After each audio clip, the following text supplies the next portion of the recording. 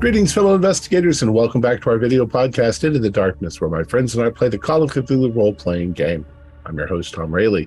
The scenario is Fragments. It was written by Steffen, Schütte, and it's translated into English by Pascal Breitenfeld, who is also our game master. This is episode 5. Our recap will be given by David Gasaway as his character, Hans-Peter Locke. So without any further delay, let's begin our journey into the darkness. David? Thanks, Tom. Before the disturbing dream Sunday night, I wrote back to my dear Gudrun. As you know, your stepmother sent her lawyer friend, Prince, along with private detectives and me, to find and retrieve Professor Erling. The journey so far has been impossibly strange and troubling, but I yet hope to return your father to you safe and sound. His lecture in Göttingen, as expected, raised vehement objections, but not in one student there, one Anna Rosa Behrendt, who had missing pieces of your father's puzzle. In a fury of discovery, the two of them hared off to Seehusen, which appears to be the Urspring of numerous folk tales about fish and frogs and the magic interactions they have with people. This is the village that Jakob Grimm wrote his brother from in the letter that your father found.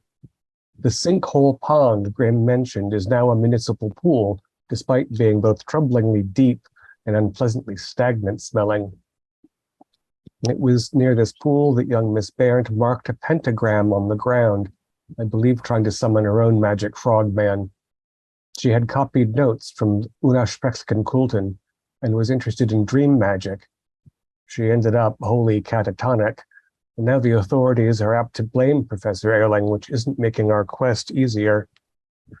Speaking of dreams, the group of us have shared some.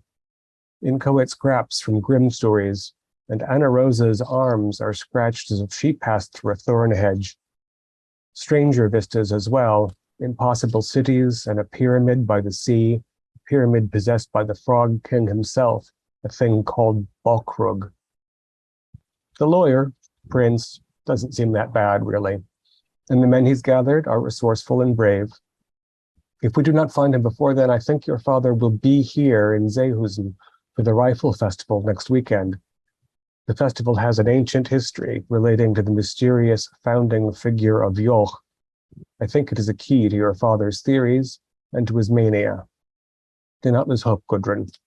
Yours, Hans-Peter. Very well. So you are still standing on the shore of this godforsaken lake in this old and crumbling basalt city in the fog, and in front of you is the body of Professor Erling. His throat ripped out, and he's just as you are, dressed in unusual clothes, although strangely fitting for the area you are in.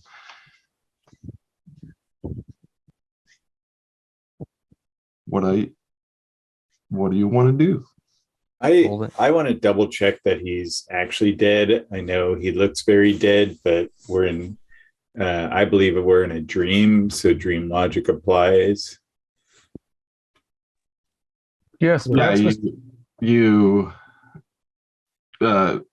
check it, the pulse on his wrists, as the throat isn't available, and shake him.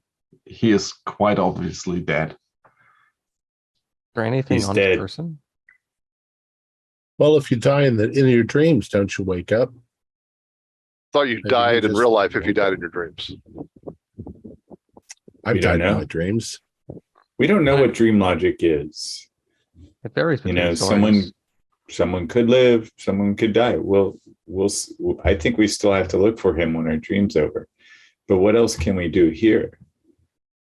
you I find begin to anything? search his pocket. Does he have any pockets, a purse, anything that might have? No, Okay. he's just wearing like a scholarly robe with a simple cord belt. Are there any rocks bloody around? footprints? Yeah, there are rocks around. He asked if there were footprints.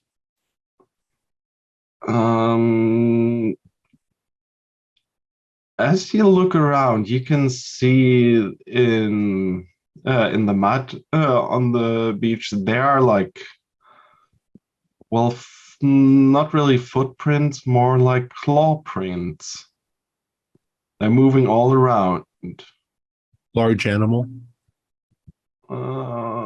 It's rather bipedal.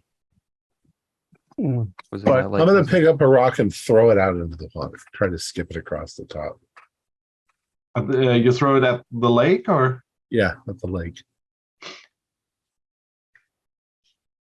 You throw it out, and it's only the faintest splashing.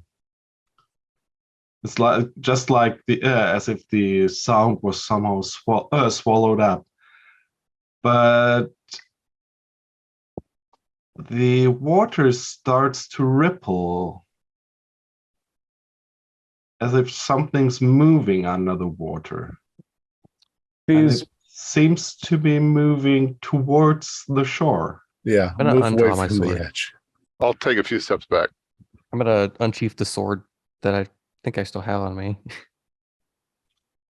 Carl, did you just bean some sea monster? Probably.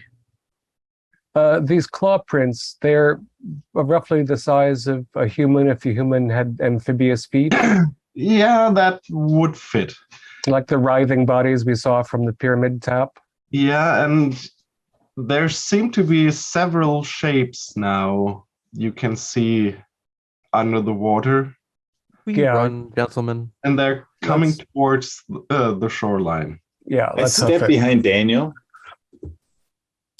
I think I was going to bring up maybe possibly he went. There was a library in the city he went to, but maybe now we should just run. first run, research later. Yes. When, if we I'm can not going to run, if it's- run, but I'm going to back away from the water. I want to see Until I what these see things something. are. That's fair. I would at least like be in front of them. So Hans and Daniel, you're turning around and running? Yeah, I can look back at them from a distance. I'm stepping back. I'm gonna wait till there's something there because I'm gonna move Carl to support him at least. Well, when you move back a couple of paces from the waterline, it starts getting hard to see anything because there is this fog that's covering everything. But you start to hear some splashing. Is everybody backing away, or is anyone one staying? I'm going to be behind Daniel. So whatever he's doing, Like probably not. If it's far from foggy, I'm probably trying to be like if I can at least see the edge of the water, because I need to at least see what it is before I see if it's worth running away. And you can see kind of shapes, heads coming from the water. It's all very obscured, and there must be at least 10 or 15. Like a dozen of them. Round heads. Well, it's just like you see that the rounding of heads are coming through the water and then starting to get up, and they're rising like humanoid bodies, but they're in the within the fog, so you don't really see any details. just thinking back to the prints in the sand and the damage I saw on the doctor's or the professor's throat, could those claws do that damage? Yeah, they could. We don't know why he's dead though. I'll do a listen roll.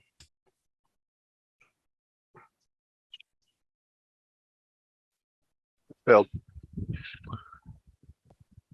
Oh, 88. Let's see, where is my listen? 89. 29 out of 40, so normal. We're listening for us. Anyone passed? Okay. You hear more noises from down the shore. There's something. There's more movement. No voices? We're not hearing any voices? No voices. Gentlemen, I think there's more coming out of the other parts of the lake. Time to wake up. Are they the people that live here?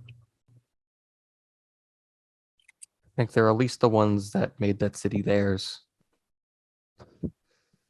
I'm going And to. you can see the shapes from the lake emerging from the lake. They're like bloated amphibian faces. And they walk hunched over, and all of you can do a sanity roll. Time to wake up. 18. That's a failure. Waking up. So pass. Success. I failed. You failed. Success. So that's 1d. Failure is 1d4. Okay. And success is 0. That's It's a Two. dream. I've had weird dreams before. I'm going to start walking towards the things unless they do something that looks hostile. In my belief that they seem to look around. They're sniffing the body, and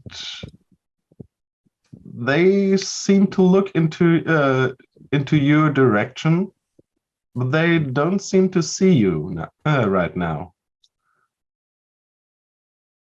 in my belief that this is something from our collective unconsciousness, can I roll occult just in case it's something that I've thought of? Sure. Cerise says Terrible failure. Not a critical, Okay. but And they seem to sniff the air. They sniff around. One of them slowly moves in your direction. Okay, I'll do this. See if he sees me. good job, Carl. It looks up, and you hear a hissing, and all of them are looking your direction. And they all do a leap into your direction. Okay, that probably scares the fuck out of me. So I'm Okay, running now. Okay, you're running. Give me a con roll, everyone. Okay. Sounds like a chase. That's an extreme. I'll spend four points to make it a hard. I got a 0-4, so that's an extreme for me. I got a 0-1, so I got extreme That's critical, actually. or You critical. guys have sprouted wings and you're flying away. It's a I dream. got a hard. 94. Okay, 94. That sounds like a failure. Yeah, I was Joseph and farthest Daniel away. run right on top of So, you. But give me- I thought Hans and Joseph were already running them. Yeah, we They're a lot already farther away. yeah, started off farther away, but I'm not moving fast now. Give me a movement rates if you have a success. Normal if you got a extreme +1, and failure is -1. Got a hard. Can I have a plus? Hard is +1, extreme is +2. Okay. Yay. I'm sorry. Say that again. I was confused. Your move rate. Okay. So I'm if it's normally a hard +1, did you say? Yeah, hard is +1. Okay. My move then Carl? is 8. My move 7 then- plus 1, 8. My move then becomes 10 if it's the extreme, which means I get a +2. So So Walter 8. Daniel, Carl 8. 10. Carl, 8. Hans? With my penalty, I'm down to 7. And Joseph? 6, whatever the bonus for the critical successes. You got a critical, so it's +2, so it's 8. Yeah. So you are all nearly all faster. And I think Hans and Joseph were a little bit ahead. So you all start bolting down the nebulous street. The fog is hanging in the air, and you hear those things behind you. And from the side, you hear more scratching and kind of snarling. And as you run down the Daniel basically overtaking Joseph and Hans pretty quickly, you see that there's a rift in the street. So you would have to either look for a way around or give it a jump. How big is the rift? Like a crevasse in the ground. It's like 1.5 meters. You could easily clear it with a jump, but you would have to jump. What are you guys doing? Trying to find a way. Right. Jump. So Looking for the end in the fog is no good. Jump for me.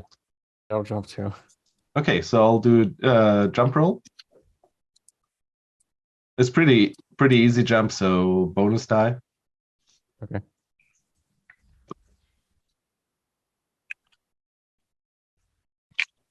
Criticals 0-1. I got a success. Yes. I have to spend 7 points to make it. Okay, so basically Walter helps up Carl a bit, and you dash on. I'm sorry. My better roll was 47/20. So I'm down. So you Can I help Hans since I got it out? yeah, you can. You can basically pull him along. He jumps over, trips on the edge, and you Hans, I've got you. You help him up. And you still hear those things behind you, but they are falling behind. But they like to help. So You want to run on or try Daniel? to how are we for try to hide buildings? or anything? How are we entered into the city? Are there You're basically running parallel to the shore along a broad street, and would be which direction? Due to the west, you would say. in the north is where the city or ruins are? Well, or were? the pyramid is behind you. You can, when you look over your shoulder, you see those things in some distance. But and you can see the pyramid rising. And is there the ruins on our left as we run? On the ruins are on your right side, basically. Yeah, I want to find shelter in a building and possibly other hissing creatures.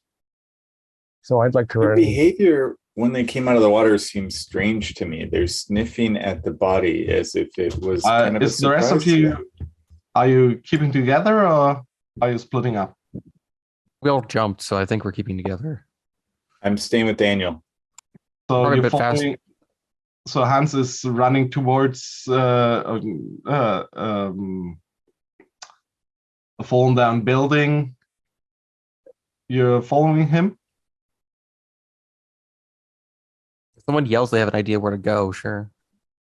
Like away from the water, into a building. Upstairs, maybe they can't do stairs. I don't want to get trapped in a building. I'm going to keep running straight down the avenue. So you run on, Joseph? So from what we saw of these creatures, are they particularly speedy? I mean, are they kind of shambling along like zombies? They more shambling. Okay. Then I'll just keep running. I don't suspect we'll catch Okay, up so with Carl us. and Joseph are running on, and Hans, Daniel, and Walter are trying to hide. Do a stealth. See if you are able to hide. See if I can pass any rolls ever. Let's see if they are able to find anything. Extreme, holy shit. I had a regular success on stealth. I got Regular a for 4 me. on different dice. So you all passed. Mhm. Yeah. You hide yourself within one of those broken down buildings, and you can see from your vantage point as a lot of these creatures shamble along the street. They seem to be looking for you, but go past. Carl and Joseph, you are running on, and you leave those creatures basically behind. Okay. And after some time, you can't hear them anymore. You take a few turns deeper into the city, into the building sides, and you are basically within those ruins. Okay. And you seem to have lost them. Okay. What I probably do tactically is I go up next to the building and around a corner, but I stay there and I keep looking out to see if I can see the things coming out of the fog. I will follow Which time I would Detective keep running. I will follow Detective Henning's lead. Yeah, If I you see them, didn't. then I keep running. But if I don't, No, you don't. You look around the corner and you basically don't see any of them anymore, and you don't hear any movement anymore.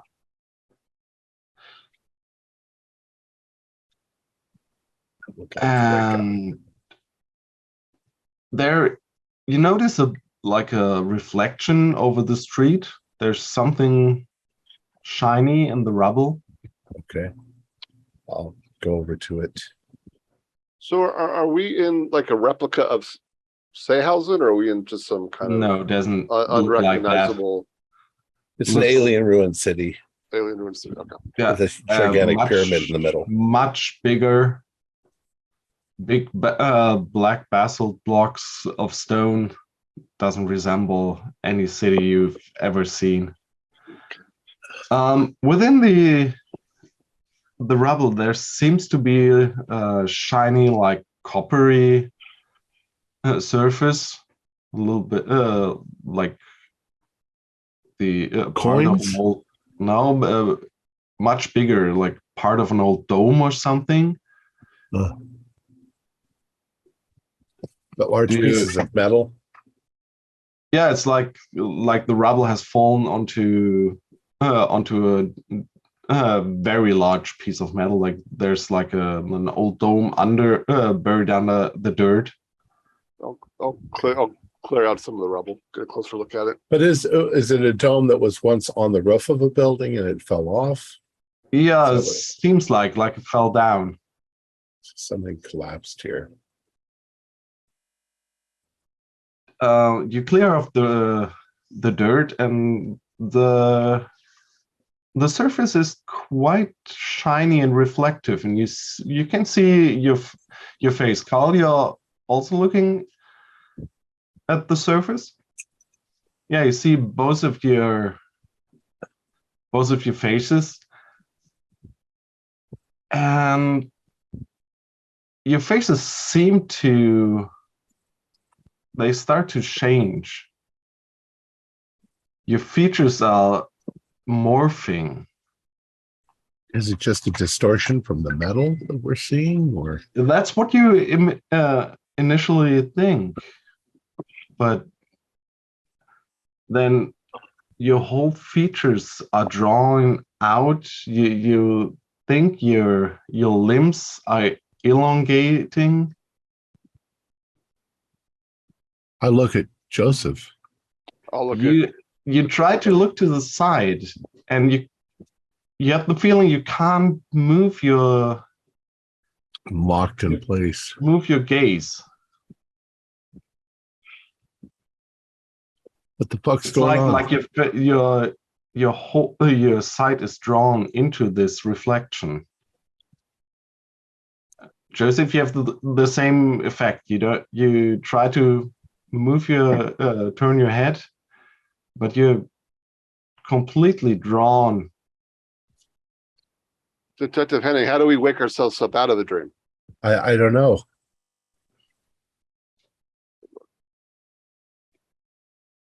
Looks The like rest we're of changing you- into something. Let's go to the rest of them. The three of you basically wait until those beings pass the building you hid in, and then what are you doing? What kind of building have we sheltered in? Empty, old, small building, basically nondescript.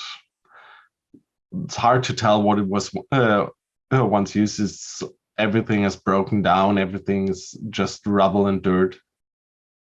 I'm curious about going farther away from that thoroughfare into the ruins to see if there's something we could learn about what this place was.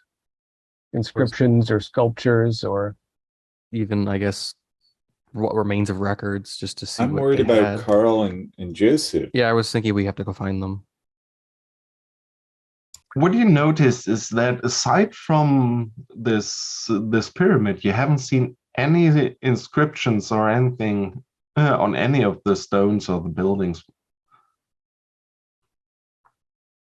Well, it should be easy enough to follow the hoppers' tracks as they ran after our friends. Yeah, it is. So we can see whether we find them gorging on their corpses and run away if they are. So you try to follow them. Hans and Joseph, are you? You're still your eyes are still locked on this shiny surface, and your faces. Carl. Joseph. Sorry, Carl and Joseph.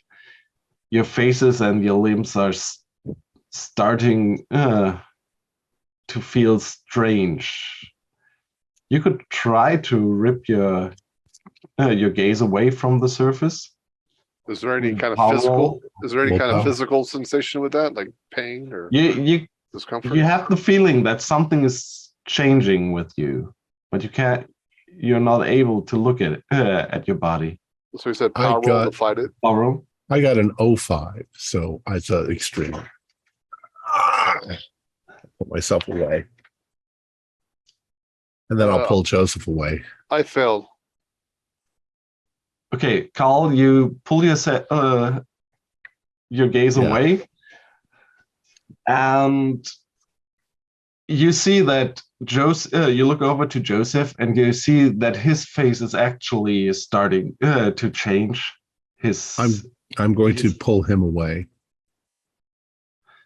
You're quite big man, right? I'm 80 strength. Yeah, you grab him and pull him away. Damn.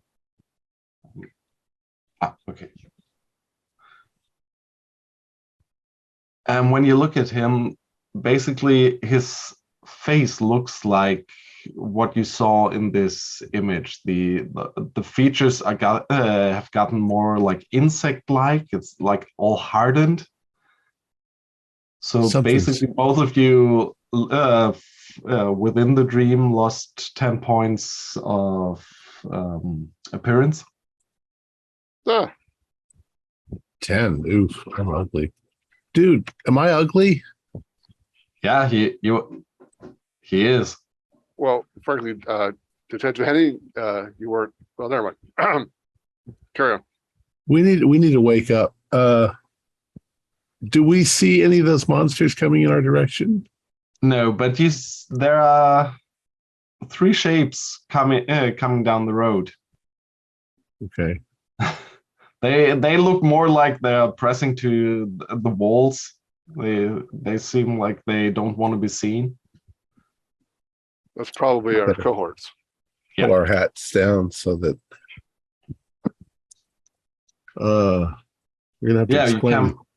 The rest of you come up to Joseph and Carl, and they look strange.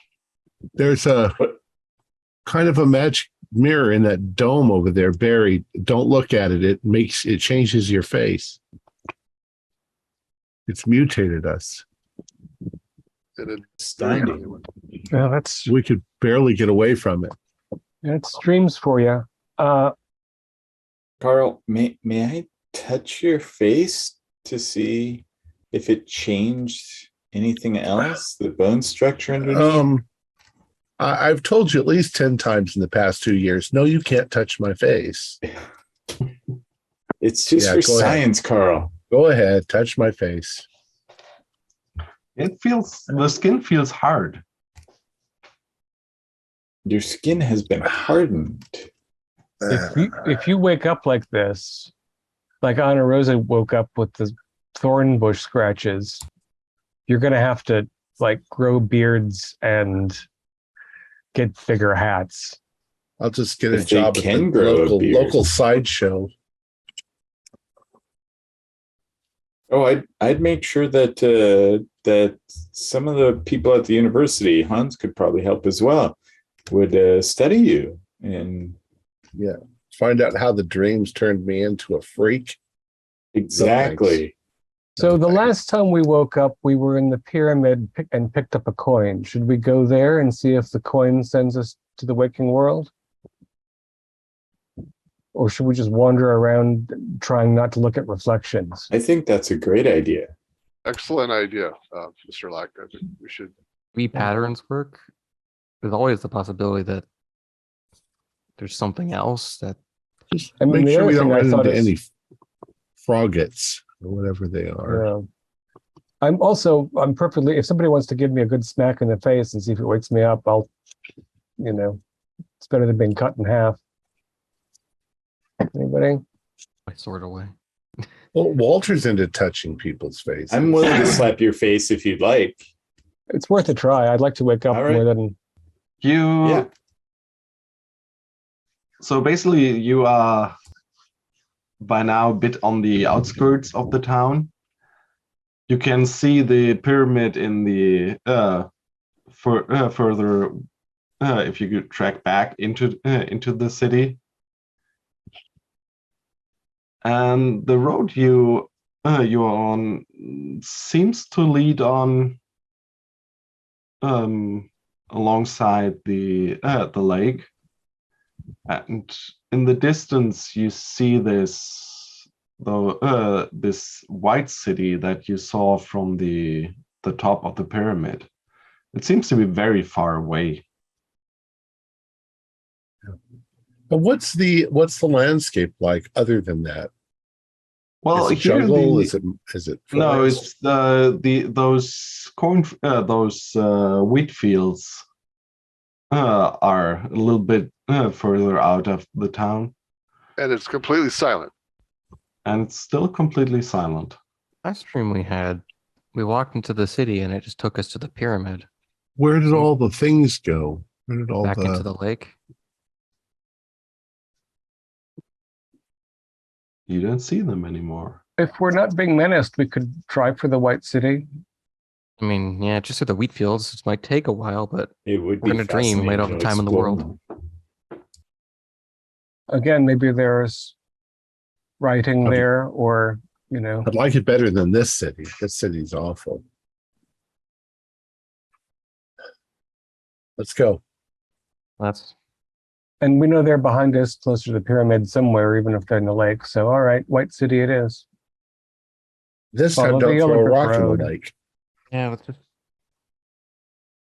pretend to be visitors. You start walking off alongside the lake. The road leads on a little bit away from the lake, but you can still see it. And you walk basically for hours. And the White City doesn't really seem to get any closer. Maybe it's just painted on the backdrop. It's a Does the lake mirage. does the lake seem to get further? The lake, well, the road like takes a little distance from the lake shore, and then runs parallel to the lake shore. So the entire time the lake's in our sight. Yeah, still on your side. But we can't seem to find this White City. Well, it's at least it doesn't really seem to come closer.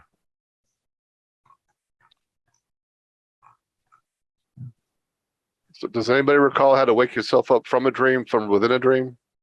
It'll be time. Just Mr. Von runs out. Arenberg, is this any Freud books? Did my slap work? I'm guessing it didn't. No.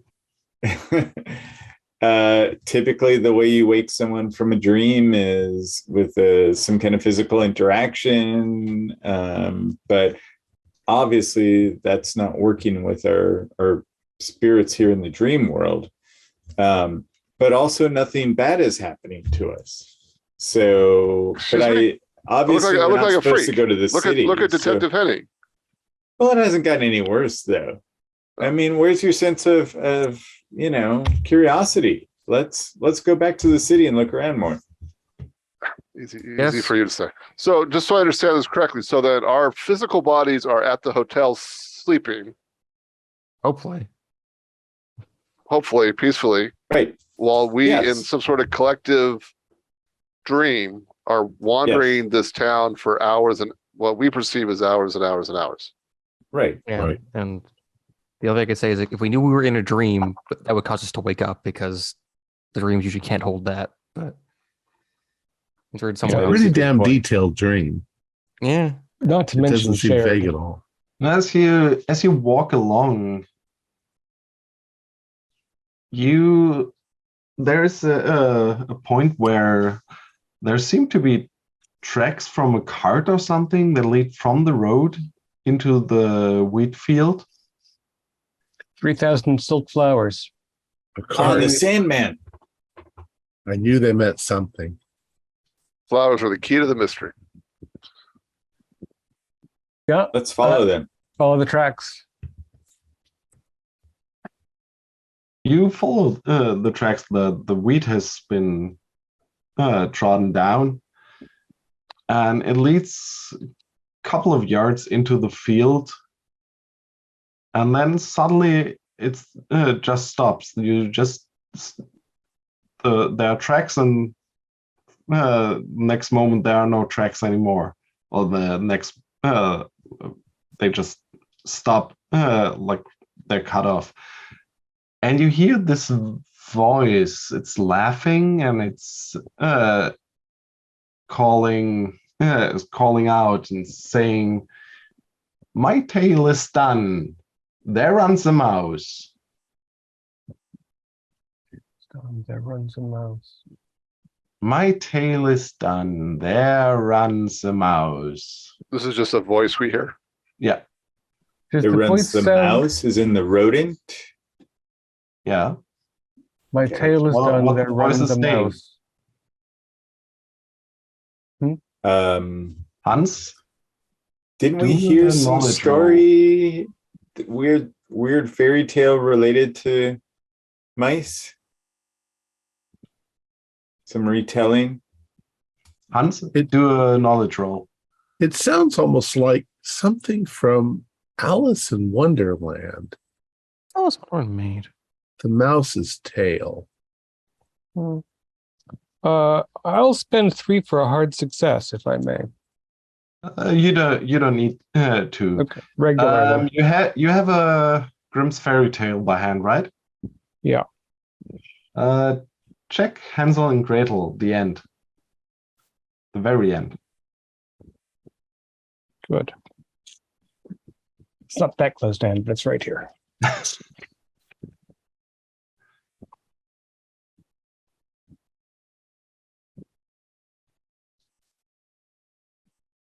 Meanwhile, I'm going to search around and see if there's anything going on.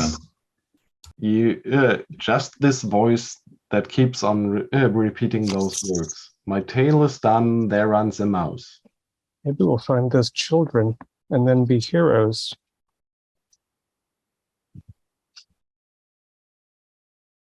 Hansel and Gretel is 3. Because Hans would most likely know that. Or a woodcutter on the edge of the forest. Nibble, nibble, I hear a louse. Who's that nibbling on my house? A little mouse. Meanwhile, Okay, Gretel went straight to Hansel and opened the door to the coop. After Hansel jumped out the last words. This translation, the last words are, however, the mother had died.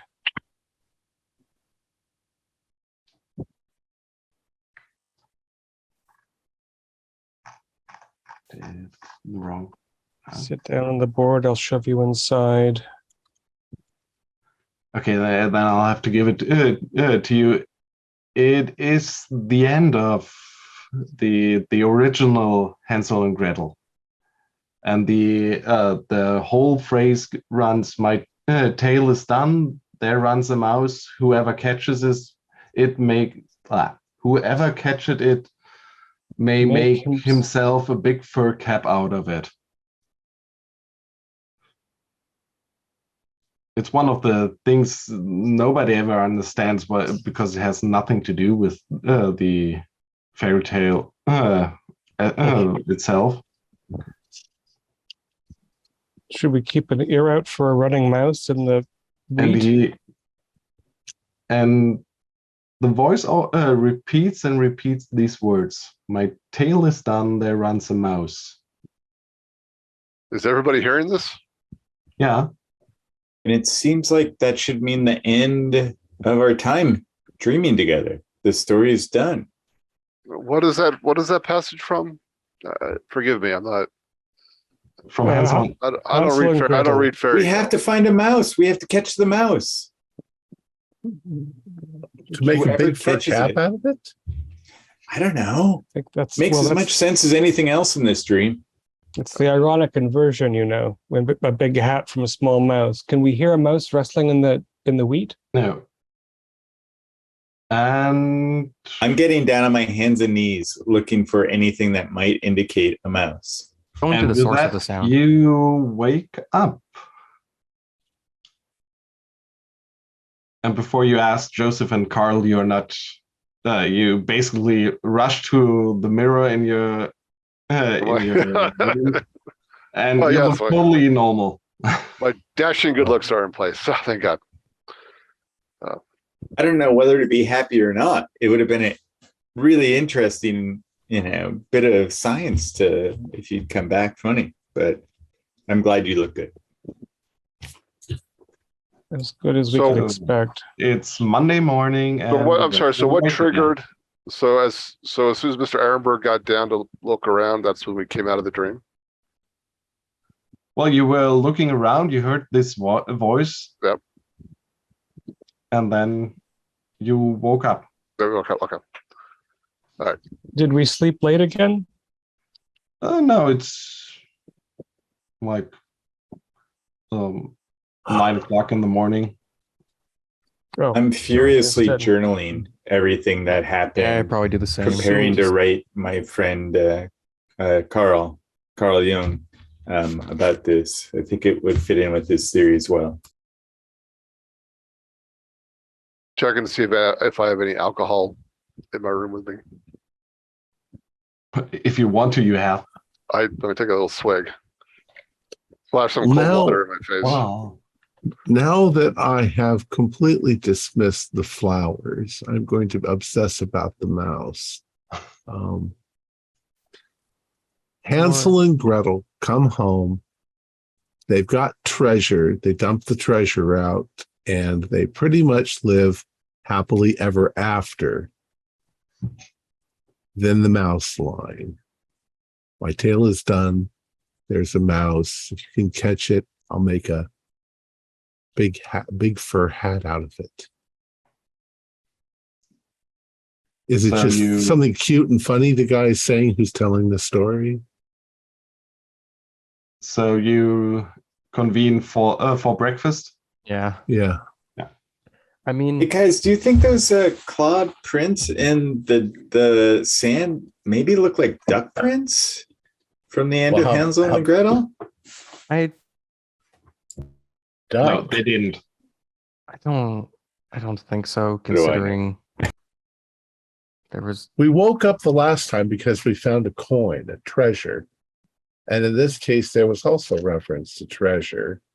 in this case, we heard the end of a story, so we were no longer needed any there. Hans, Who's are telling there the story? are there little pieces like this somewhere in other stories where someone finds a coin and that's the end? Something similar? These are fragments that we're finding. Finding pieces of like different stories. We found. As you're saying, it's like this is the end of like that's like a bit from the end of Hansel and Gretel. And we're Oh. somehow trapped in these stories, or Are there other grim stories that have odd little endings? And do they fit together like a puzzle? Well, That is a think the- really interesting Do you idea, think the local Carl. library has a collection of the Grim Tales? Oh, I'm Does sure any they one of would. you do you have get the newspaper while you're having breakfast? Might as Sure. well. So who's looking through the I'll newspaper? grab it. And one article immediately comes to your attention. Oh, look at this. they found that if they found little Hansel and Gretel from the edge of the forest dead, then Vermacher children still missing. Seehausen, May 17th, 1926. 3 days after their disappearance, there is still no trace of Johannes and Annegret Vermacher, 11 and 9 years old, respectively, who left the safety of their parents' care last Friday and have not been seen or heard from since. A large-scale search operation in the surrounding woods, which the police also called on volunteers from the fire brigade, the gymnastics club, and shooting club, provided some clues, but did not lead to any concrete results. It can therefore no longer be ruled out that the children have fallen victim to a crime. For this reason, the authorities have now decided to ask the public for help. Johannes Vermacher has dark blonde hair, brown eyes, and has been wearing a sailor suit at the time of his disappearance. His little sister, Annegret, is light brown, has blue-gray eyes, and was wearing a pink dress. The two children were driving children's bicycles of the brand Seidel and Newman, blue and violet in color, respectively. The police is urgently looking for information from the public. You think like the boy was going to swim and then they just disappeared? No, it's a little boy and a little girl, and she's younger than him. He must have been watching out for her. They're a little young to be getting into mischief yet. Johannes and Annegret, diminutively, are Hansel and Gretel. Really?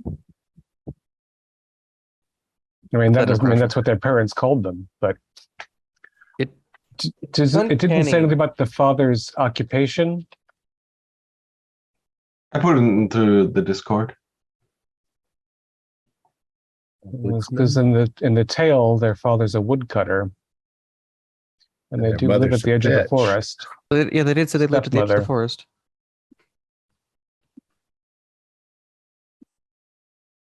I'm sure they know the woods around here. They would have found them if they were out there, wouldn't they? And you generally don't ride bicycles through forest. Usually you go No, into town. must have been on a path. So They find while their I'm bicycles. eating breakfast and my colleagues can see my hand visibly shaking.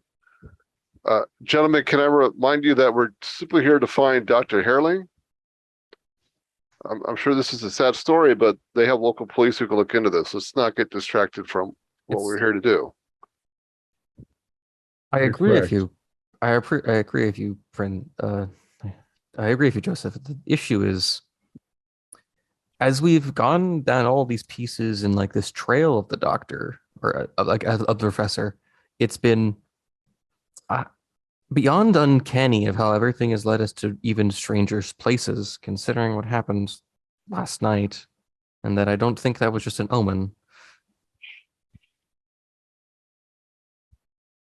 Well, and I want to find out more. Yes, obviously we need to help the professor and his family, but this is fascinating.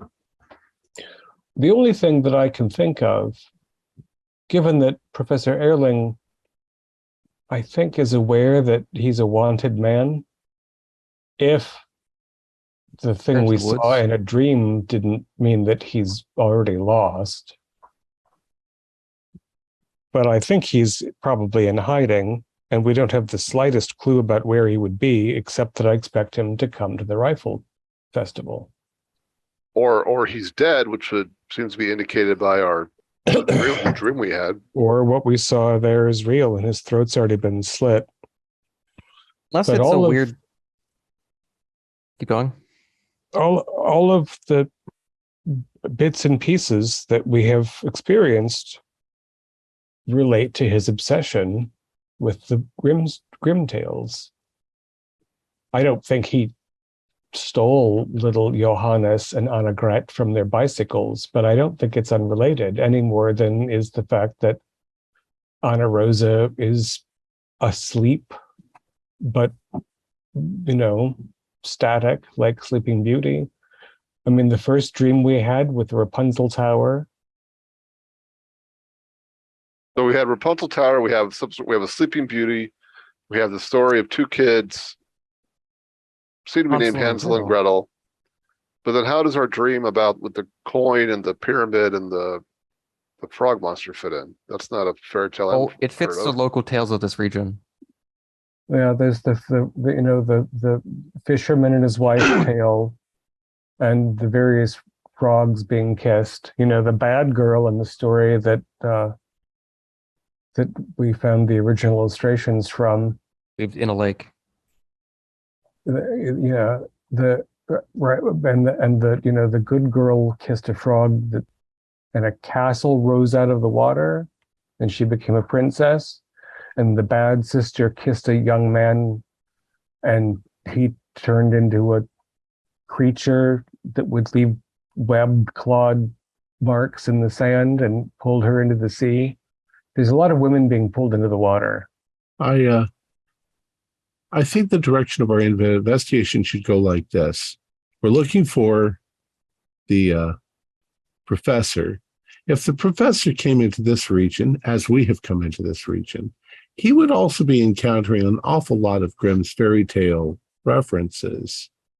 Yeah, where would that drive him to go? Well, that's why we have to go and visit the local history society and look into this Schmicke person and see what information they gave the professor, because that might have sent him, as he went off to Bern's village, maybe he went off to another village because of what the history society told him. Like you did say, like he read those local versions by that cartoonist, Mm-hmm. and then Well, made notes of it. uh, as for Professor Erling's part, it seems to be an intentional destination for him. It seems to go back to the lecture at the university and running naked through the street shouting Eureka. He seemed to have discovered something, right? Yes. Also, with the help of that young lady, it seems. I'm recalling Right. something about someone who supposedly, I forgot what the name Yoke was for, but it was besides the name on that fountain. It was, I think, someone that was like Well, he was- pre-history being burned down. Yeah, he was one of the founders of Seehusen and founded the festival that happens on Saturday. And But supposedly, he's been largely erased because of successive religious and judicial changes. supposedly he had connections to those odd tales about Bokrug. Yeah, and he's sort of, wasn't there a parallel between the story that she recounted in her notes about the miserly fellow who found the cave full of gold, in which there was a bloated blue frog-like thing with a tail? Did the things that chased us in the dream have tails as well as feet?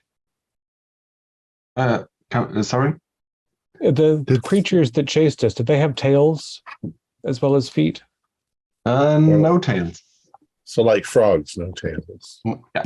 And they were frog-ish in appearance, correct? Yeah. So kind of bulbous Exactly. eyes, but they were bipedal. Yeah. But they also hopped.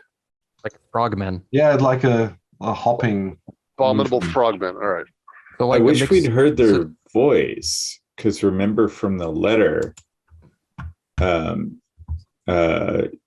Jacob Grimm's letter, he heard them and it sounded like a voice of an old woman. like they can manipulate, like can like emulate sound. Or maybe they just are, maybe they're also gendered. The things that you began to look like when you glanced into that mirror were not frog-like, though. That's correct? More insectile than frog-like? They were our own more like- faces. It's just they distorted like insects. I guess if I was running from a frog creature, I wouldn't want to turn into an insect creature, since the relationship between frogs and Right, insects. right. Do we even know if the things in this lake? Actually, no. Things in that lake probably are what. Do we have any assumption to make about things in this lake are possibly what destroyed that city, or do you think it's unrelated? Because it's obviously it's not their city because they're not living in it anymore. I mean, if the creatures that lived in the city worshipped the pyramid and the pyramid was to Bokrug, then you'd think they'd be on the same side. But again, dreams. Something we don't So- get. I should find out. I guess I'll ask, assuming we're eating again at the hotel restaurant, I'll ask the concierge about the local historical society and what its hours are, and if there's a schmicka that they know. Well, he can tell you they don't have a real office, but Hermann Schmicke is the chairman. He's the local history society is like a like a club, and he works as a teacher at the local high school. So on Monday morning, he should be found there. Mm-hmm. What hour does the high school have lunch? I don't want to interrupt him while he's instructing. Oh, it should be it should be around 12. You can you will hear the school bell. Mm. Thank you kindly. And does the Hearts Club, does it have a clubhouse, or is it also an informal, they meet at the tavern or something? Yeah, that's more like gathering of ramblers, like they like to take strolls around the local Harz Mountains, but they don't have a clubhouse. Have we inquired with any locals about the Hearts Club, like what exactly they do? Or Well, I mean, only just now. Yeah. so that was mentioned in the letter, the journal from That was in the doctor's journal. Professor. Yeah. Is it hearts as in rabbits? Or I mean, deer? No, Harz like in the Harz Mountains, where you are, the like a town is mountaineering club? located. The area you're in is called the Harz. Okay. So it's Yeah, like we're in the a Harz region. hiking, like a hiking like club of some sort. Yeah, a Mountaineering, hiking traveling, club. yeah. Exactly. And is that named after somebody, a Mr. Hartz, or does that mean something in German? No, it doesn't. As far as I know, it doesn't mean anything. I actually don't know where the name comes from. Okay. It's probably ancient enough that that no one does. So I'll pull out the journal from Professor Erling. So he wrote Tuesday, May 11th. What is a Hearts Club? Mhm. That was on the 11th. So he must have heard hiking trails. He must have heard of it somehow that brought it to his attention.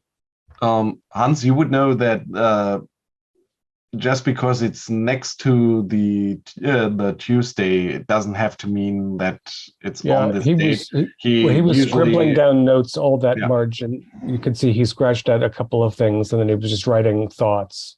And the only thing that's date relevant is the one that he crossed out because he didn't actually go to the lecture. So they're just a list of things figured out about Seehusen. Well, I think some of us should look into this Hearts Club, while others can go to the local folklore society. Yeah, I'm a natural for the academic folklorist historian. Somebody who's more rugged might make sense to talk to the. Well, the concierge couldn't tell you where the Hearts Club convenes, but he knows that we know the mayor's involved from the train. And he tells you he thinks that this Mr. Schmieke is also member of the Hearts Club. But he's not really sure. Yeah, and probably it's difficult to get an audience with the mayor the week before the festival. I guess while we got the concierge's ear, is there a particular dress that people locally do for the rifle festival? Is there is there fancy dress in general, or is there a particular kind of garb? Well, the members of the rifle club dress in their full regalia, so that's usually kind of a mix between a military uniform and a forester's dress. Mm-hmm. Boy, that looks like would look like a photograph of a nightmare of George Gross. Yeah, okay. So they wear their charming mountaineering / being terrifyingly conservative outfits. Not Herr Schmieke. So you all go to the school, or any plans? I mean, the other thing one could do, since Schmieke appears to be both of those notes, interested parties could go looking for other of the sinkholes, or maybe look for even a map of where they could be. That might involve City Hall. But your theory, Herr Henning, about the relationship between different water things might be interesting to follow up.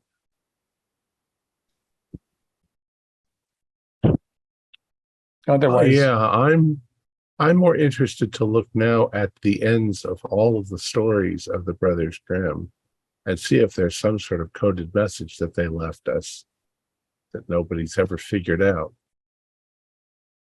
There, in the first 2 volumes, there are over 150 stories. I'm only going to look at the beginnings and ends, see if there's any weird phrase. You plan on going to a local bookstore or something and pick up a volume of Grimm's Fairy Tales? Yeah. Okay. You're Probably have it looking in this at me area, like, what considering another there's waste of time. I mean, I'll help you, I guess, to speed up the clock, because like they probably have it in this town, considering how the guy who made it's not that far. The guy who made it supposedly if you want to do something else, that's fine. It's not that hard to pick up a book, and we can't like read it together. But Well, there are 2 volumes, so that's true.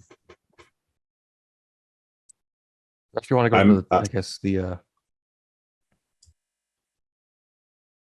go to the historical society and see what you could find. Yeah, we'll go to going to the high school and asking Herr Schmicke if I can take him to lunch. Because I have a number of questions about local historical matters. Anybody, okay. I think we should have at least one person come with me so that the things I don't think of, someone else can. So we can pick up the book on the way or whenever. Yeah, we can just be around. Yeah, we'll come with you. Well, sure. If I invite him to lunch, I can invite him to lunch with my friends. Yeah. It's not like we're storming his house as a group. Nah. Telling him that. Never mind.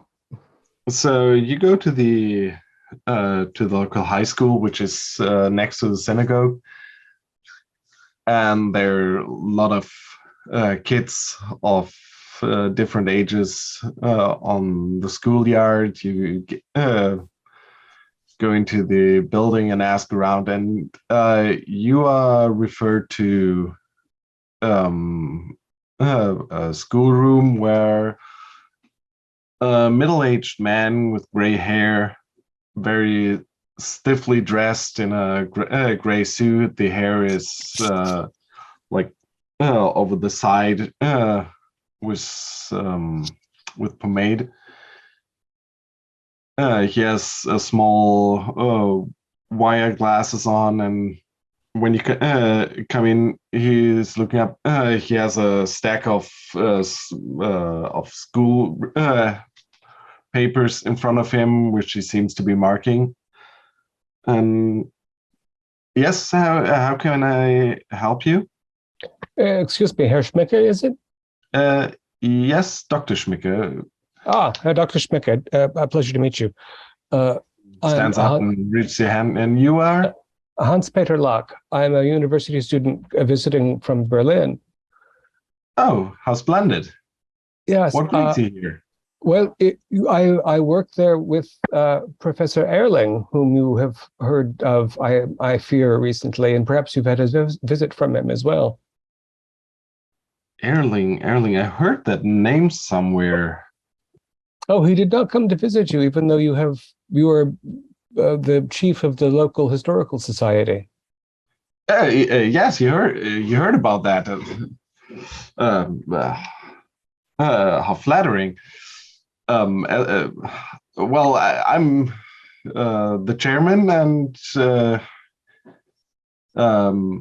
but no, I don't remember a professor from Berlin. You said? Yes, he was. I don't remember professor. I would remember that, but I heard that name somewhere. I know. Well, he's gone missing. It's quite complicated. I know that he intended to visit you, but his visit to the area has gone awry. He came down here to do historical research. One of his specialties is regional folktales, you see. And he came to learn that Seehusen is a home of many of the important tales that the Grimms eventually collected. Well, the Grimms came through here on their journeys through the hearts. I think it was around the beginning of the 19th century, like 1810, something like that. Yes, in fact, Professor Erling found a letter from Jakob to his brother, written from, he believes, Seehusen. Do you mind if you have time? I'd love to take you to lunch. Mm-hmm. At that moment, the school bell rings, and he takes out his pocket watch. And I'm sorry, I have a class now. I would love to talk to you about this we tell you what, I have an appointment with a couple of members of the Hearts Club in the afternoon. Maybe you want to join us for a nice stroll, and we can continue the conversation. That sounds magnificent. May I bring a colleague or two? Sure. Good. Where shall I meet you?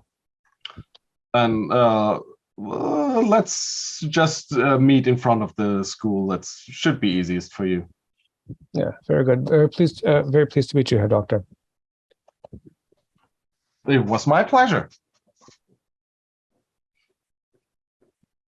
So much for the lunch plan, fellows. But one or two of you should go with me, and maybe we'll meet the mayor too. But I think we should. It's a stiff-looking crowd. Being so close to where we met the rabbi reminded me of some of the notes he gave us. There was a mention of that rhyme we heard in our dream.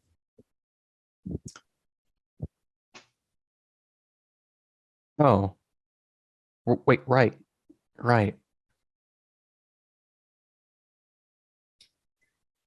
He said he heard carried some kind of rhyme. The juggler, and just like he'd heard him before, he heard that same rhyme, something about a mouse and a big fur cap. So this is. I thought that the wagon we saw in the wheat might be the Sandman's, and I thought that the way the voice was repeating himself sounded a little bit mocking in a way. Or like a ritual. Or like it wasn't a ritual. From a singular direction too, so it was like the wind. I wonder if there's a new Sandman once in a while. If Sandman is a role that is taken over by different parties. Although I hope it's not Dr. Erling. Yeah. It wasn't like the cart we saw. You all meet up with Schmieke for a nice little stroll, or? How many hours away from that is?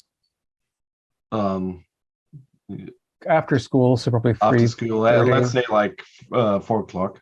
Okay, the bit was to see if I guess I and Henning could skim through both the two collections to see if there's anything. So you pay a visit to a local bookstore, and these are going to be big fat books, aren't they? Well, yeah, quite big. You just get them on the way back. Okay.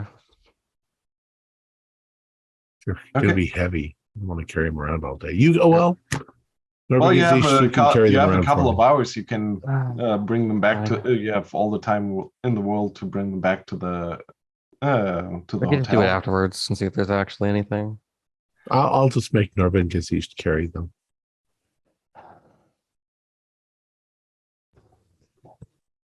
Whatever. So in the meantime, before you go on the stroll, you start checking ends and beginnings of which doesn't bring up anything, at least not immediately. Okay. If you're all coming, then you'll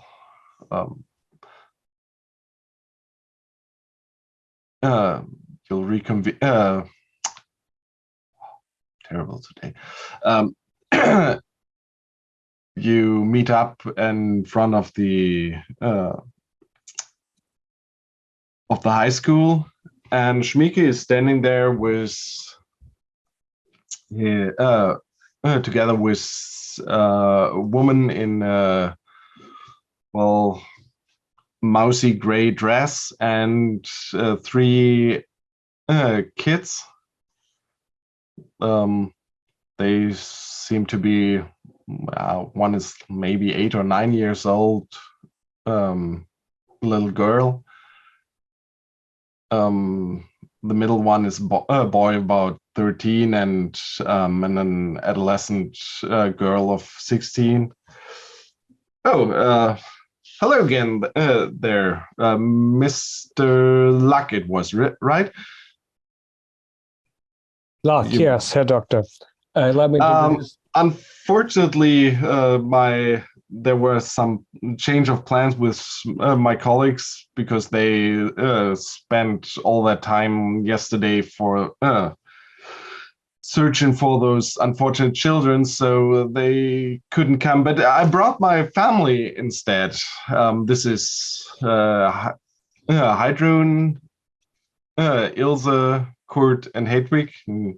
Points to the children. The children don't really seem very enthusiastic. Well, do we want to get a good start? Yes, allow me to introduce my friends visiting. And I introduce. Yeah, you do introductions and I'm looking at the wife and the children, and I'm trying to think what fairy tale they belong to. Happy by this point. Isn't nice? And I'm like, well, the kids look like they're more in a nightmare than in a fairy tale. Dragging them to go hiking. Spending time with the five of us, yeah. She's in a gray dress. Are the children dressed like normal, sporty, modern children in 1926? Yeah, okay. Normal. So he invited us to go on a hike with him. Is that what he said? Yeah. Mm-hmm. Okay. So you had some. He leads you to the northeastern parts of the town and towards the woods. So I thought we would do a little stroll towards the Silver Horror. Shouldn't take us more than maybe 2 hours to get there and back. I'm sure it's lovely. I don't know the area particularly well, but it is rich with history and natural beauty. So what can I tell you? You said you were interested in the local history. Very much so. Well, Dr. Schmick, if I could interject, I mean, you said you did not meet any Professor Erling. Perhaps he's using some sort of alias. Has anyone spoken to you, asked you about local folklore, that unusual questions, or a young woman? No, not really. Or a young woman, man with a woman? And I'll give a physical description of Professor Erling. I'm sure her doctor. Now I remember where. Isn't that the man who's the police is looking for? He's the missing person. Yes, I don't know what the last news you heard was, but the young Miss Byrne is she still? She is unwell. She's in hospital now. The doctors don't understand, but we think that whatever happened to her, Professor Erling might also be in danger. Not that he did it, but that they were both the victims of something. Oh my God. Yeah, which is why he didn't have a chance to come to see you, we suspect. Well, he seems to have quite a lot on his mind from what you're telling me, but I don't really see the connection to the local folklore and history. The connection is that they both have a passion for local folklore that brought them here, and we think that the professor might still be trying to solve some problem or puzzle, if in fact he's free to go about on his own. But we don't know what exactly they were looking into, and so we hope that if we learn what their subjects of interests were, that it will help us locate where they went awry. That is quite a theory. And as you walk further north, you come by some garden sheds There's like a gardening colony, and all the gardens are very well kept. But in the shortly before you leave for the woods, there's one that really sticks out. It's like a nearly collapsing hovel. The roof seems like it's in disrepair, and an old woman who looks basically like the quintessential fairy tale witch, well, a hunched over woman, comes out of the door and walks down the path towards you, and she greets the teacher and walks on by. She greets him by name? Yeah. Does he respond by name? Yeah, he responds. He seems like quite friendly towards her. I'll lean over to Detective Henning and say, "Are we in a dream again?"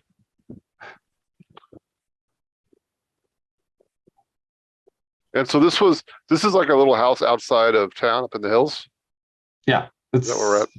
And then she just says hi to Dr. Schmick, and then Dr. Schmicker, hello there. And how does he refer to her? Huh? Does he call her like fairy godmother? What does he call her? No, he says Mina.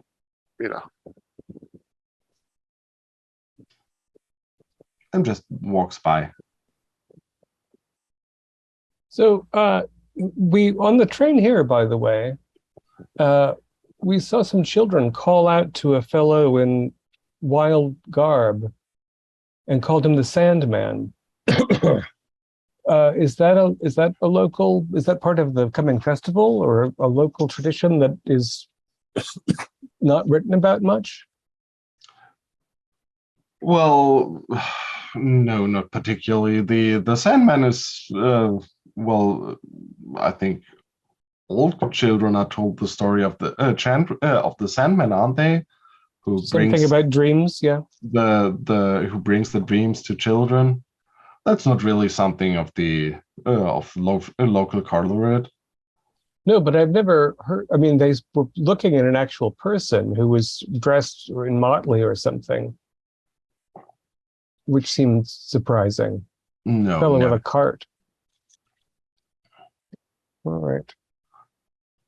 So as you walk on, he starts telling you about the area, about the different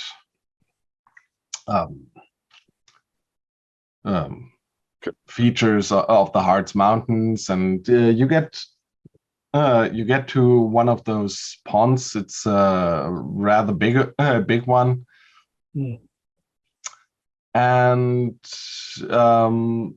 he tells you about that these ponds are basically leftovers, most likely from an old lake. But that must have been a long time ago. For this pond, the Silver Hole, there are stories of like a castle that's supposed to have stood here at some time in the Middle Ages, and there were a knight who turned a robber and murdered and plundered the area until the whole castle had been swallowed up by the sinkhole forming. Do people have people tried to dive there to see if there's historical evidence, or because they hope to find silver? I don't think it was that anyone ever tried to dive down in those pools. They are very deep. Yeah, and the water is not so clear, so it's hard for diving. We had an excavation, archaeological excavation a couple of years ago. Must have been 10, 12, maybe 15 years ago. They found that we had settlements here in the Stone Age. Heavens. Mr. Grober, who's a curator, he even has a knife from that excavation. Stone? Yeah. It should. What is it?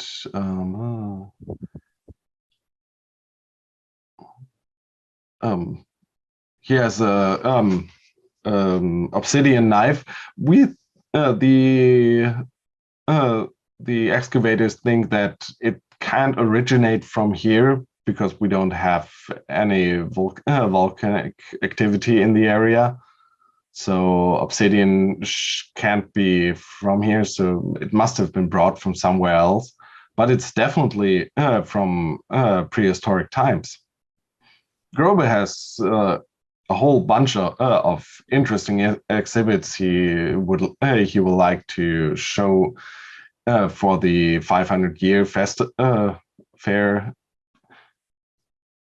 Is this year the 500th anniversary? No, it's in 2 years. We're We're still planning. Grover is collecting all the exhibits and plans the exhibition. It's quite an historical moment, and if it's 500 years since it was founded, but goes back to obsidian trading in the old days. Actually, the city has the town charter is from 1428, so it's the 500-year anniversary. But the first documents date back much longer. The first mention we ever found was from 974. So basically, we'll have the 500 and 1,000-year anniversaries within just 50 years, which is something, don't you think? Quite. Which one of these is the foundation by Herr Joch? Herr Joch, what has our undertaker to do with this? Oh, I thought that Herr Joch historically had something to do with the rifle festival. Well, yes, he does. He's the chairman of the rifle club. But only recently? That's not. When was the rifle? For a couple of years, but the name runs in this town. I think there are a couple of documents referring to a yacht or some other. But that would be something that Grover would be much better suited to relate to. If you like, you can could visit him. He is always delighted to show his exhibits around, but you will have to take some stories about trains into the bargain. He's an old railway man. Yeah, and collectors often are eager to share their discoveries. Yes. By the way, well, Keeper, how does the silver hole, is it also really unpleasant, murky and smelly? Not as much as the red coke, but it isn't really clear. Mm-hmm. And how's the family doing? Well, the kids are basically trotting along. The wife is pleasant. If you strike up a conversation, she makes some small talk. But I'm going to ask the wife about Wildflower or something, Mm-hmm. and I'm going to sort of have a moment and suggest that I wonder who, maybe Lieberman. The kids are about the right age to know little Hans and little Annegret.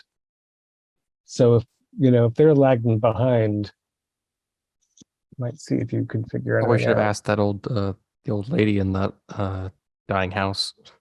She saw any kids recently. On the way, if we go back in the same way, might as well. Looking into her garden shack.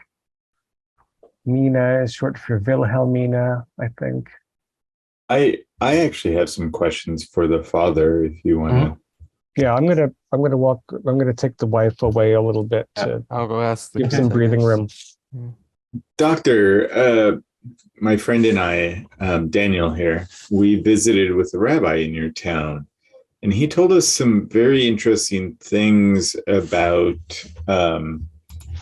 a gentleman named Master Herschel, and also how some women had very small children. I think the size of span of their hands, and other bad things happen. Do you recall in your readings anything like that? Well, I never really took a look at the documents our Jewish compatriots keep. I must say that's not really something I. He said it happened to Christian women in the town as well, though.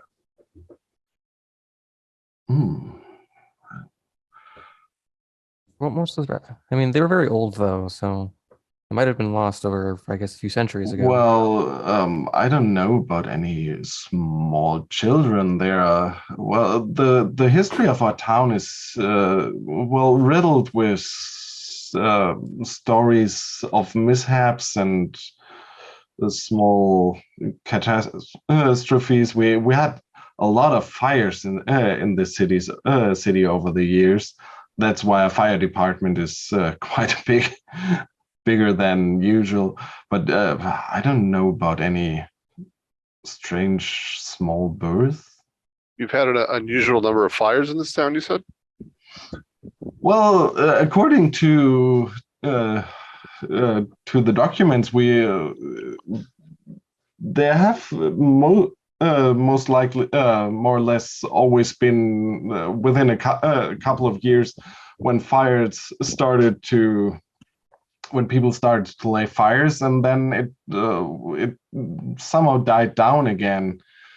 The documents don't go all that far back. You see, the town was sacked in 1522, and we don't have any documents from before the time, but it seems a bit like there's, well, every couple of years there are mishaps in this town. Fortunately, it hasn't been like this for as long as I can remember. Mishaps like missing children? Well, all kind of things. Disappearing professors? Strange fires breaking out or being laid. There are stories of murder series in the, I think, 17th century. Seehusen has quite some history, yes. And if we wanted to dig a bit deeper into this history, what would be the local library or the historical society has records? Yeah, the that or the city archives. Although it's quite hard to get admission to the city archives. Even we have big problems with that. The mayor keeps tabs on who can look at the city archives. He's quite peculiar in that regard. And out of character, we met the mayor, right, on the train? No, We met his son. we met an angry son of a tin can man who was in the Hearts Club with the mayor. Oh, okay. And what's the mayor's? And I'll ask the mayor's name. Grise. Grisa. Yeah. And he has a peculiar interest in keeping the local town archives secret. Yeah, he really keeps tabs on it. I really don't understand it. We could do so much more research if we had access. So your club has expressed interest in taking a closer look at the town records, and they shoot you down. Yeah. Make a mental note of that. So, name Yoke for, the Undertaker, as in like he's a coroner? Yeah, well, he's doing the funerals here in town.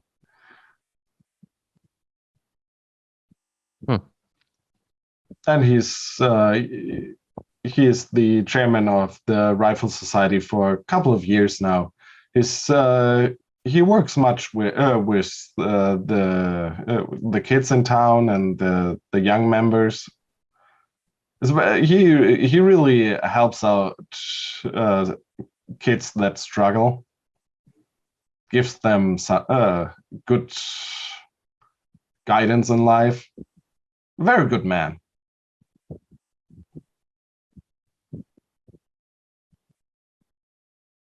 And his great-great-grandfather or something donated a sculpture in I don't recall what town we were in. In Göttingen was the sculpture. Yeah.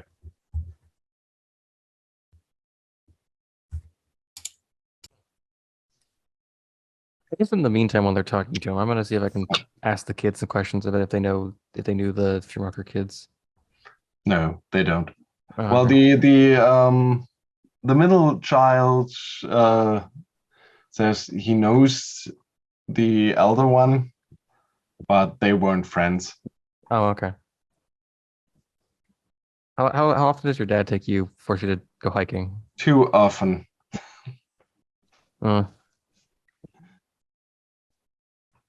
guess once you've done it more than 5 times, it just becomes the same thing over.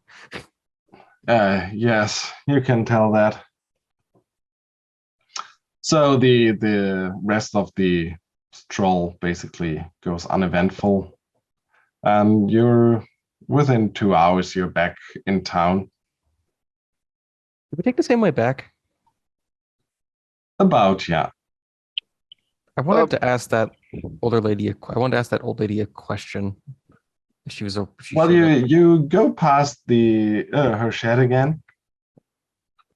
Yeah. So, but she's not. At least she's not out in the yard. Is there a window?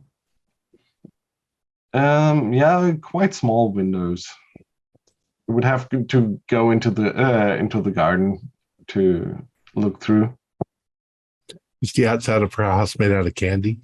No. Does it look like it was burned? Does it look old, or does it look like it used to be like it was burned like a long time ago? It looks like it's very old and just in bad repair. And it really sticks out because all the other sheds next to it are meticulously kept. You say her garden. Is it flower garden, vegetable garden? Vegetable. Give some fairy tales about the lady of vegetable garden. Herr Doctor, the woman that you greeted on the way up the hill, I suppose that she's widowed and that's why her plot has fallen into disrepair? Well, yes. The old meaning, I don't really know if she ever was married, but she lives here on the vicinity of the gardening club. She's a little bit of a thorn in the side of the good members of the club because of the state her lot is in. But she's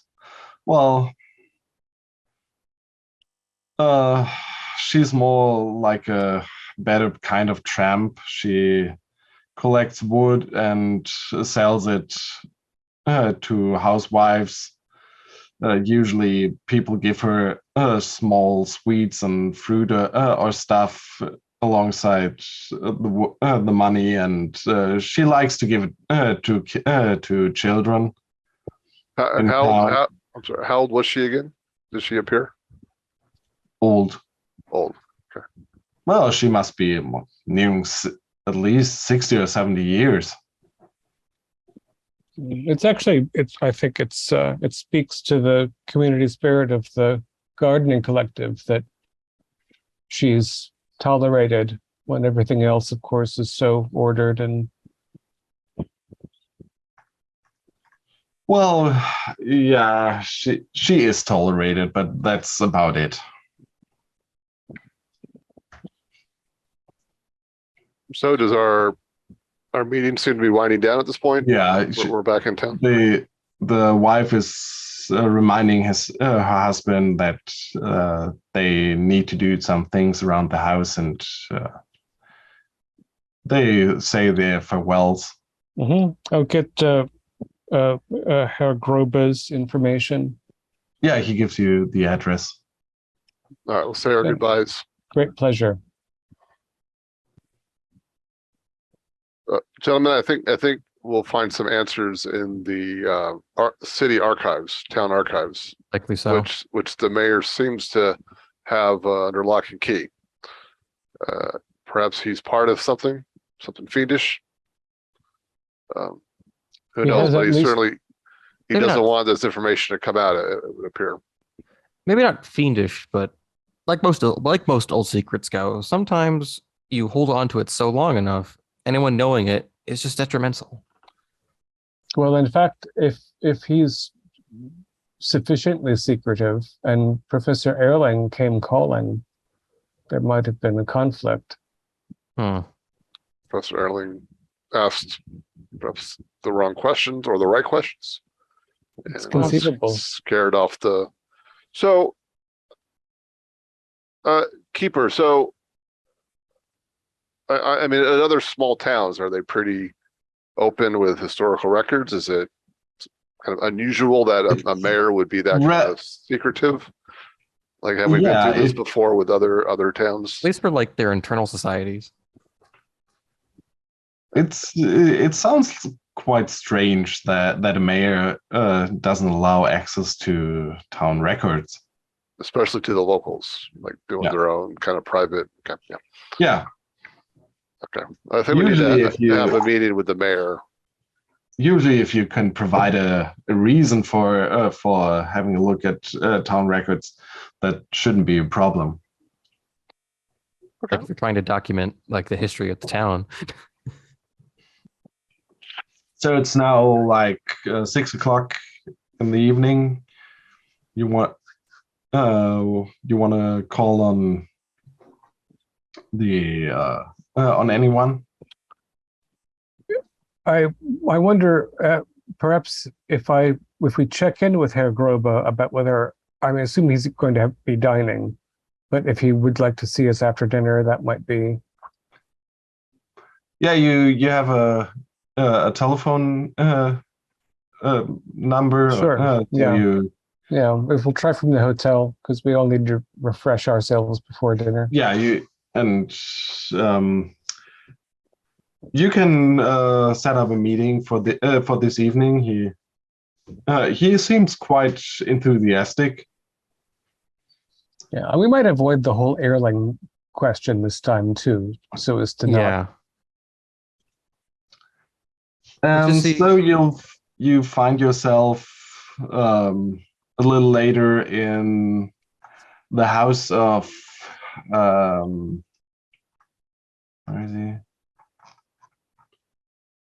Erwin Grobe, a distinguished-looking graying man. He has in a blue shirt. He has a railwayman cloth in his collar.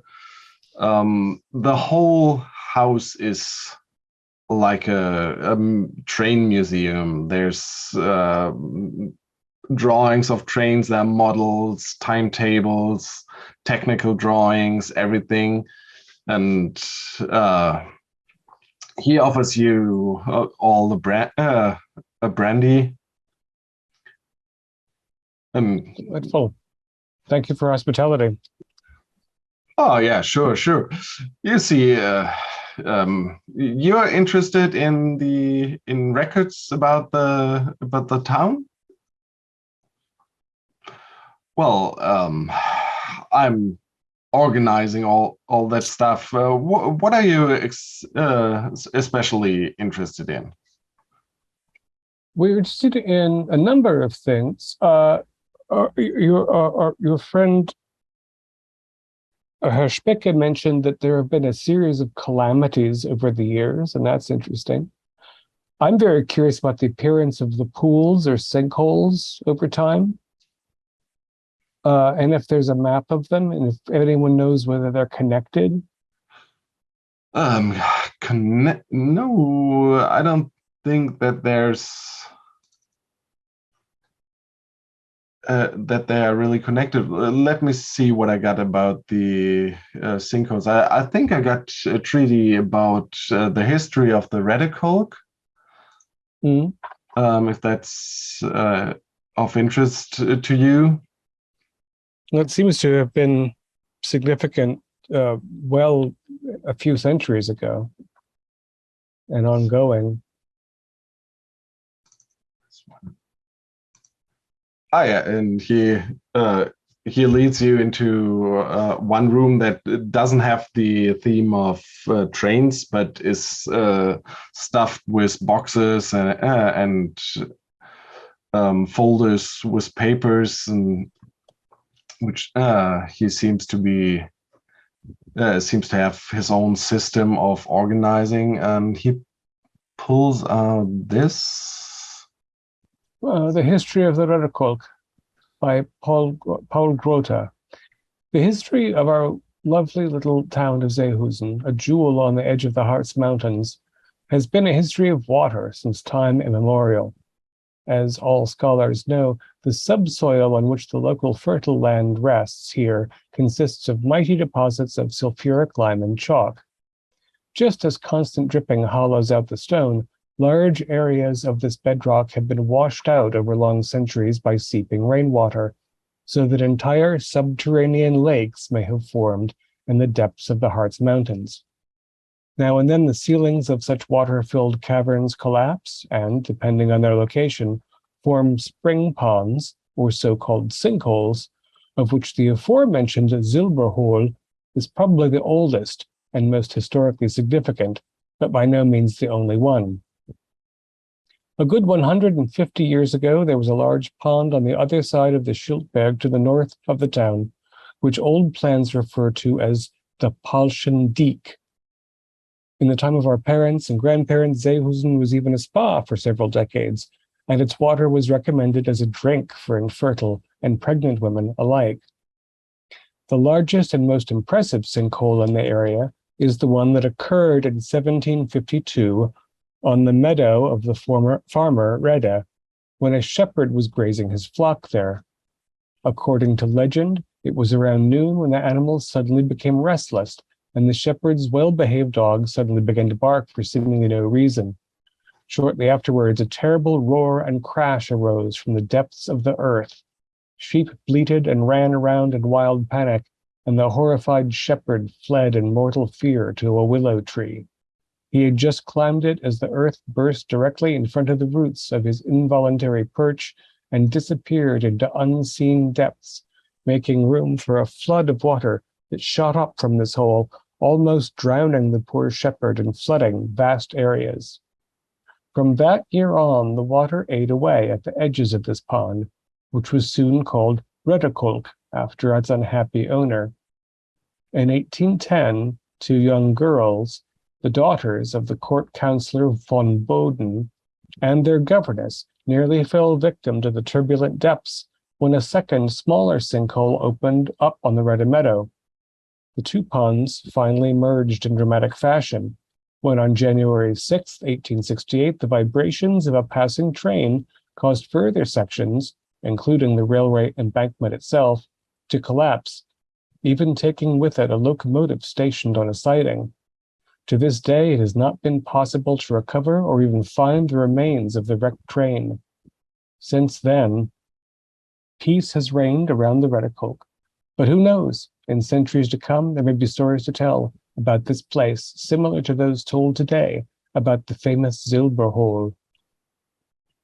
So why hasn't the town gone out and drilled in various places to say if they can locate any more of these underground caverns and then dynamite them rather than have them just spontaneously swallow everything up? Would it be a safety issue? Well, it doesn't happen that often. I guess not. But well, you got a point there. If you think about it, this whole area is riddled with caves, most likely. So, well, you said that you didn't believe they were connected, but it's very likely. It sounds to me like if there's an underground river, yeah, they're all connected. That is possible, of course. What's the water like? Is the water fresh, minerally, salty? Eric?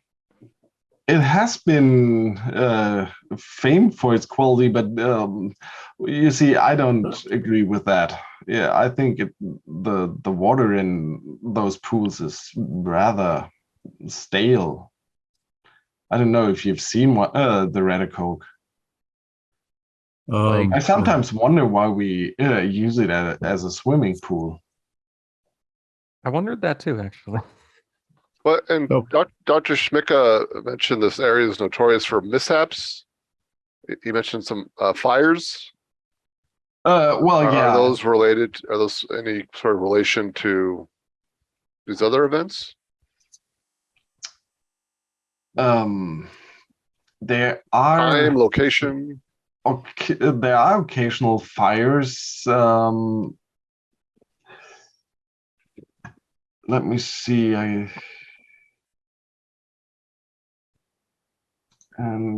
He's rummaging around through other stuff, and he draws out. No, that's not fires, but this is very interesting. Here it is. And he's just rambling. This is an example of what happens. Well, one has to say every couple of years. Fires at Schuhausen, Anno Domini 1578.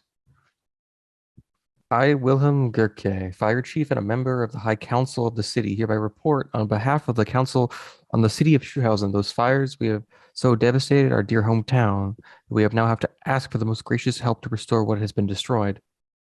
Before God and the High Council, I bear true witness to the fact that in the current year, a total of 18 fires have raged, which have been started deliberately and with evil intent. Ditto that all the fires were set in the dwellings of widows or widows' wives who have been taking daughters of marriageable age under their care.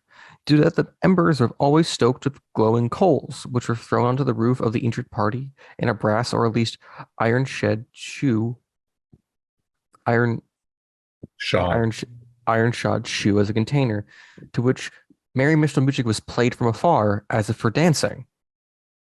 Ditto that a dozen maidens found their death in the flames. Ditto that after the second fire, a man could be arrested and who committed these atrocities. But afterwards, the burnings did not cease until some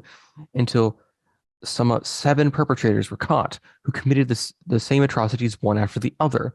Ditto that all the murder burners were taken to the most personal questioning, where they did not know what evil spirit drove them to their crimes, nor did they were known to each other.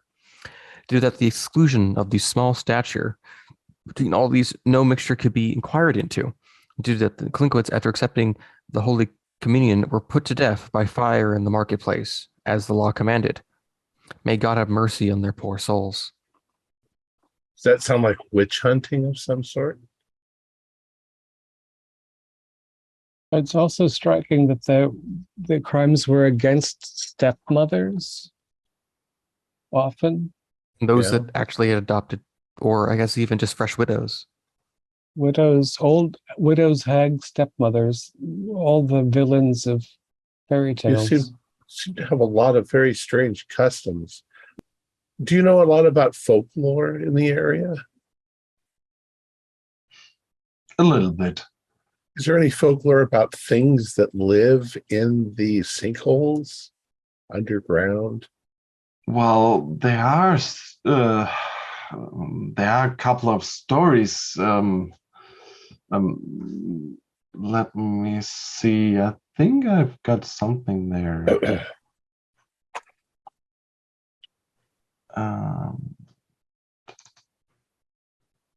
Oh yes, this is a nice one. That should interest you. The Murder Ballad of the Wild Man. Good people hear the story of the villain who gruesomely slew 7 maidens in 1694.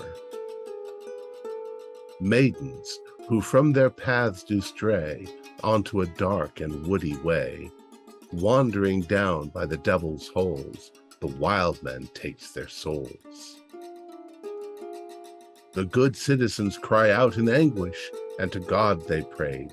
Such horrors as these the land had never paid. Do not roam alone the waterfront, never be outdoors at night. Nevertheless, the murderer has soon killed victim 8th. When they chase him, dogs afoot, they finally drive him to the lake. From the forest lake's gloomy waters, he is dragged up to the shore. He comes splashing out of the water, where he dwelled hideously, partly man, albeit a wet one, partly frog-like and also fish. No matter how he scratches and bites, he is dragged to the village square, and without trial or mercy, swift punishment is given there. Maidens, if you safely want to live, flee the gray pond in the woods, for there roamed the wild man's spirit, hunting every girl he could. The gray man, though the wild man. Fascinating, isn't it? Frogman. Well, it's obviously this is just a folk tale about some gruesome murders that must have happened here back in the day. But Other similar is tales any time since then? well, that is the only thing I remember in accordance to the to some fish or to the lakes.